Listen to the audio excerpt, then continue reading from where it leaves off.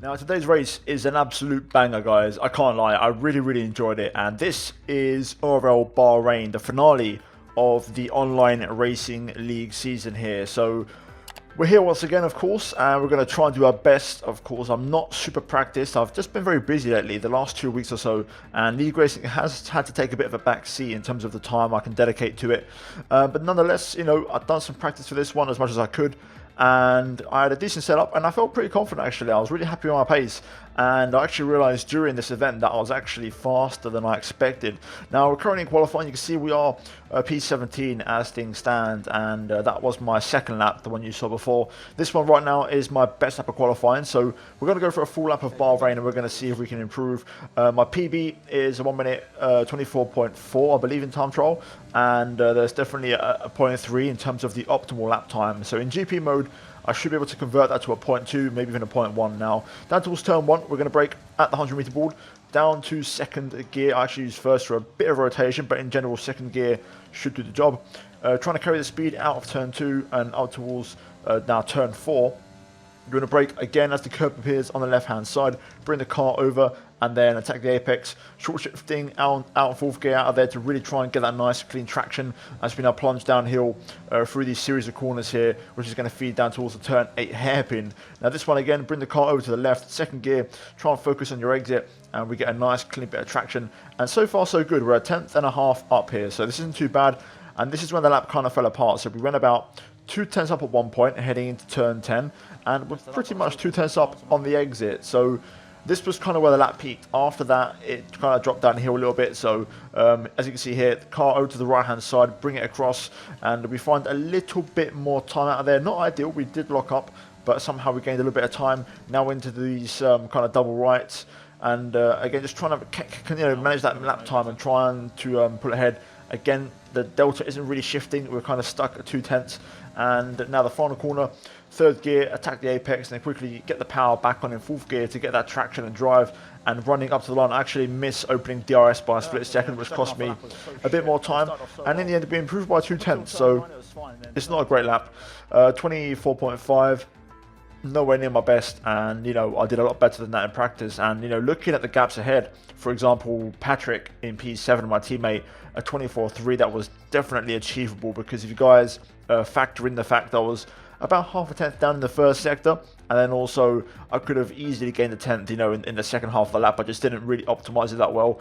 There was easily a top 7, top 6 there in qualifying, so that tells me I actually had some good pace and I wasn't really able to unlock it. Having said that, it was actually really close, and from, you know, me onwards to P1, it was half a second, which is incredible. So a really close grid, a really competitive grid. But that's going to be it for qualifying, guys, and we're now going to start the race here at Bahrain.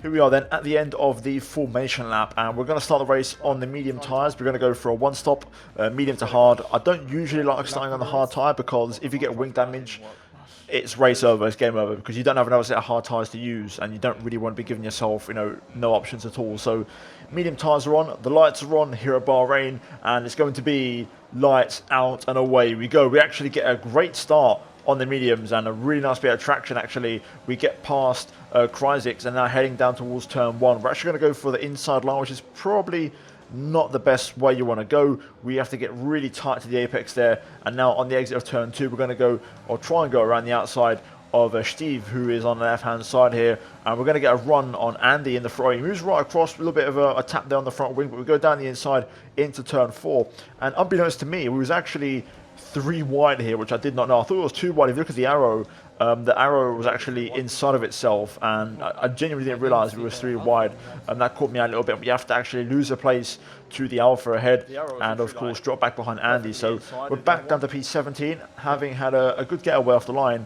Just, you know, the general luck and also car positioning didn't really go my way, and we lose a place on lap 1, which is a bit of a shame. So yeah, we've got it all to do. We're gonna try and see if we can, you know, at least get that 1 place back. Now in this race, we've got a lot of guys in the hard tyres ahead of us, and it's very important that we use the mediums and try to get some of those places back. Again, I mentioned in qualifying, I felt pretty happy with my pace and pretty confident. You know, I realised during the lobby, this actually seems to be a good track for me. I seem to be pretty quick around here. So, yeah, end of lap point, you can see we've got Pablo Hoglar behind us. He's, of course, an old rival of mine, but he's in a hard tire, so I'm not too concerned about him right now. I know he's not going to really have the pace or the traction at this stage, and we need to make these medium tires work. So you can see here, Steve, in the Alpha, making the move on Andy quite comfortably actually, and my plan is simple. I don't want to lose him because he's on the same tire as me, so I want to try and keep him in my sights and you know, run with him and basically use him as a way to kind of cut through the traffic. So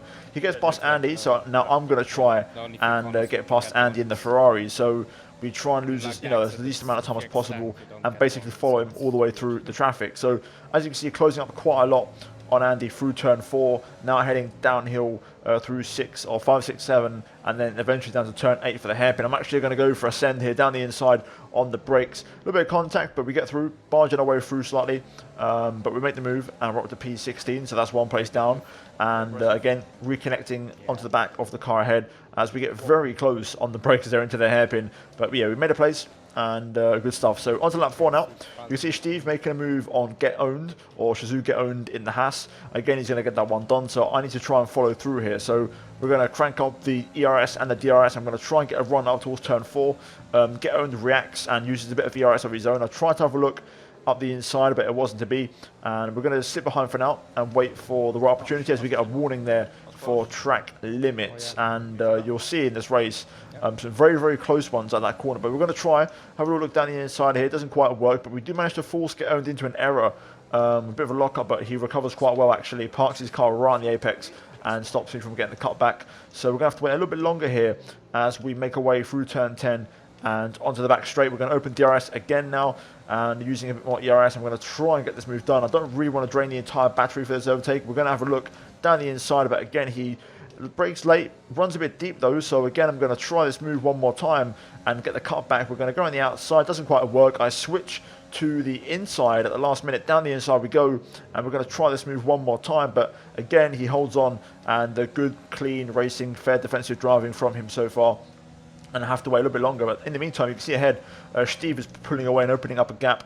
But you might have noticed there Get Owned's light was flashing, which means he has less than 10% ERS remaining, so this should be a fairly easy move. I'm trying to not use too much overtake, you know, because this should be a fairly straightforward overtake, you know, and I don't really want to drain the battery for a pointless one. So as you can see here, down the inside into turn 1, we're going to run a little bit deep into the corner on purpose, just to avoid him going side by side. We then get the drive through 2 and 3, and we're going to get the run up towards turn 4 and stay ahead. So P15 is now ours. In the meantime, Steve has made the move on Liam Parnell, so we need to get past here. And Liam, another guy on the hard tyre, so we're going to try and make the move here. So as you can see, end of lap 5 onto lap 6, personal best. Liam also out of the RS, his light is flashing, so we're going to make the move here as we pull to the inside. And now on the brakes into turn 1, we're just going to make a simple move. A little bit of a lock-up, a little bit scruffy in the actual braking phase, but we get the move done and we avoid the switchback. So we're through, and now P14. And you can see we're actually 1.1 behind Steve, so we need to try and get back within DRS range. So I need to try and close the gap to the Alpha. And also at the same time, I tried to drop Liam behind us, but I just wasn't able to. So essentially, lap 7 now, you can see we don't have DRS on Steve as the first few cars are in the pit lane zones. Patrick and Patrick Cruty as well. 3 cars in the pits. They're going to struggle to make it to the end of the hard tyres. But what I was going to say was, this is kind of the crossover phase. So essentially the mediums were starting to go at this point, and the hard tyres were starting to come in to their own. So essentially I wasn't quite able to drop Liam Parnell out of DRS range, which is a bit of a shame. You know, I was dragging him with me, and you see now lap 9, a few more cars in the pit lane. We're now up to 8th place in this race, and I'm not able to get back within a second of the car ahead. So we hit a bit of a brick wall, you know, not really any progress. I tried my hardest, but I was starting to lose the tyres, and I was starting to struggle for grip. Lap 9, we've got Cataton in the pit lane, Alessio Di Capua as well, and Josh Idlebu. So they're boxing for the hard compound tyres. So we're now up to P5. And then now, lap 10, only one more car remains, and that is going to be Jarno Opmeer, who managed to stretch his soft tyres for 10 laps, which is incredible. He's going to box, so we're now P4 in this race. You can see we've got Jake Benham, or ex-JQB, up ahead. Steve's behind him. And now lap 12, nothing really happened. we're going to box. We're going to go for the hard tire. This is a bit of an undercut, a 1 lap undercut. I was meant to pit lap 13, but, you know, looking at the situation and the traffic, you know, the fact I wasn't able to get back within a second of the car ahead, and also I was starting to lose pace, and the cars behind the hards were picking up pace. I thought before I get swallowed into a battle, I'm going to abandon ship, you know, box the hard tyres. It's an empty pit lane, we don't get held, and it's essentially a good time for a pit stop for me. So we're now going to hopefully rejoin and just push basically in clean air and try and get undercut, you know, give it absolutely everything here. So as you can see, straight up to speed here, trying to be super aggressive, and something that I don't often do actually. You know, I was quite aggressive on the race start. I was trying to be aggressive here on the cold tyres to really not lose too much time. I actually ended up cutting the corner there at turn 2 and getting a stupid second warning, which I really regret now in hindsight, as you'll see later on. But lap 14, you can see we've got a few cars in the pits. I believe there's Johnny Tolmola in there right now, and he's actually rejoined ahead of us, and he was actually the net race leader. So before the pit lane, or not the net race leader, but he was the leader of everyone who started off the soft tyre. So essentially, before we pit, when I was in P4, Johnny was leading the race. So as you can see, we're only 1.5 behind him now, so we've actually gained quite a bit, and the undercut has worked quite well. A lot of those guys are staying out as we get a warning for track limits. That one actually got removed after the race, so essentially right now I am technically on 2 warnings. So if I get one more, I'm getting a penalty, because that third one was absolute BS. Lap 16 now though, we've got most of the hard tyre runners in the pit lane for a set of mediums, and we move up to 15th place. Felipe, you can see his light is flashing, so that's a warning sign that he has no ERS left. And also worth noting, Johnny Tolmola has a 3-second time penalty. So a couple of places up for grabs here. As we head on to the end of lap 16, we're going to make the move now on Felipe. It's going to be pretty simple. Again, he's got no ERS to really fight with, so this shouldn't be too much of an issue. As we open DRS, we're going to use a little bit of overtake, but not all of it, because again, we've got the overspeed, and we make a nice, easy overtake for P14. And also there is XJKB leaving the pit exit, and he's on fresh mediums, so he's going to be one to watch out for in this race in general. He's actually made the hard tyres work really well for him, and he's going to be rapid on those mediums. You can see he's actually joined ahead of Felipe, which is a bit of a shame.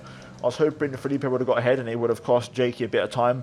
But lap 17, there was no point in me fighting, you know, Jake, because he was so much quicker on those fresh mediums, and we're just going to try and use him as a way to kind of catch up to the cars ahead. You can see in the pit lane, Steve actually pits for the soft tyres, so he's managed to stretch his mediums to lap 17, which is crazy. So I'm not sure what happened, you know, with him and his strategy, but a bit of a weird one. Either way, Jake makes a move. We're now back down to P12, and essentially we're going to just use him. Like I said, he's going to drag us along and reconnect us to the leading pack. So again, noting as well, important to know, those guys who pit on lap 7, the very first guys who stopped, you know, for tyres, they're going to be struggling big time. You can see here, Liam Parnell looking for a move on the mediums. I'm going to use a bit of ERS and just a bit of slipstream. I'm able to brake quite late into turn 1, and I'm able to stay ahead of him for now. And essentially, the plan was simple. Stay in the DRS train, frustrate the guys on mediums behind, and eventually there'll be that crossover phase, like in the first stint, where the mediums will start to fade and the hard tyre becomes the tyre to be on. So to be fair, we're now already reaching that point as we get our 4th warning, which is essentially our 3rd one, and that means our penalty will stick. I did argue about my warning on lap 4. If you watch that one back in slow speed, I did argue that one was actually legal, but the stewards decided to not give it to me, so the 3-second penalty is going to stay. So lap 25, Johnny Tolmola runs a bit wide, and at this stage, of course, I knew I had a penalty, so there was no real pressure. I just wanted to have a little bit of fun, and you know, I had great pace all race. My pace in the hard tyre was really good, and even in qualifying, and I just felt really positive about, you know, where I was in the race at this point. P12, you know, everyone ahead struggling on tyres. We've got a big tyre advantage on these, and I fancy my chances. You know, at this point, the guys on mediums behind were starting to struggle for grip a little bit. They weren't able to, you know, keep up or follow as closely. And you can see now Johnny Tolmola making a move on Daniele Haddad here, of course, 2 F1 Esports drivers duking it out in front of us. And I'm going to try and use that to close up a little bit. I'm trying to save a little bit of ERS, you know, for a crucial move. As you'll see here, Haddad has no ERS left. His light is flashing as Tolmola goes up the inside into turn 4, and he's just about going to get that one to stick. I'll get a bit of oversteer there. I tried to get the run on Haddad, but it wasn't to be. We're going to keep the pressure on though as we run down towards the hairpin. I did have a little bit of a look here on the Italian, a little bit of slight contact as well, but we can't quite make the move. and we have to sit behind for a bit longer. But now, lap 27, the next lap, of course, the race is opening up every single lap, more and more and more. You can see the train ahead, people struggling on tyres, and this was probably one of our moves, if not the move of the season for me. Turn 10, down the inside on Haddad, an F1 Esports driver, and a relatively decent move. I won't say it's perfect, a bit of contact, of course, but in general, I was really happy with that. An absolute banger of a move. Sending it on someone like Daniele was a really satisfying overtake, and I just had that kind of confidence. The car felt really good. I was really happy, and when you've got that confidence, it's a great feeling. And I was just able to just send it and be able to brake really late. Lap 28 now, though, 2 laps to go. We've got Zones ahead in the other racing point. His light is flashing as well, so he's got very, very little ERS remaining. I'm going to get a cut back here through the hairpin. I struggle to get the traction as Alessio Di Capo is battling up ahead as he goes down the inside of Tormola and Garreton. They're all battling, and there's actually contact here. We avoid the contact, but this has given Andy now a run out of nowhere. And because of the crash, I was just completely distracted. I forgot to open my DRS. I forgot to take it out of Limix. And you'll see now Caraton's got wing damage, and we're going to use that to go around the outside on Caraton there, around the long right-hander, and make the move up into the top 10. And that, again, another very nice move again there, one I was really happy with. But of course, you have to account for Alvaro having wing damage. And you can see here Andy now all over the back of Shazoo Zones as we head on to the last lap of the race now. And essentially now the gloves are off, all or nothing. Just give it everything you got and see what happens. And you can see here Zones has no ERS, neither does Andy. I've got a little bit left. I'm going to get a great run here, heading down towards turn 1. That was a McLaren there, who I believe got a puncture. And we're going to gain, I think, an extra place from that. I'm not quite sure. Either way, we go down the inside and make the move on Zones into turn 2, going around the outside of turn 1 as well. And a nice overtake once again. And pretty much now we're going to try and challenge and push Andy to the end. Cars up ahead, like CRG Patrick, for example, struggling on their tyres because they pit on lap 7 now. And they've really hit the cliff, and I'm trying to close up, but I just don't have enough fuel or ERS to really go for it here. You can see the final corner. I tried to open up the line and get the traction down, use up the rest of the fuel and the ERS. Otmir wins, and we're going to come through on track for P9, but after the penalty, it will be P12. So there you go.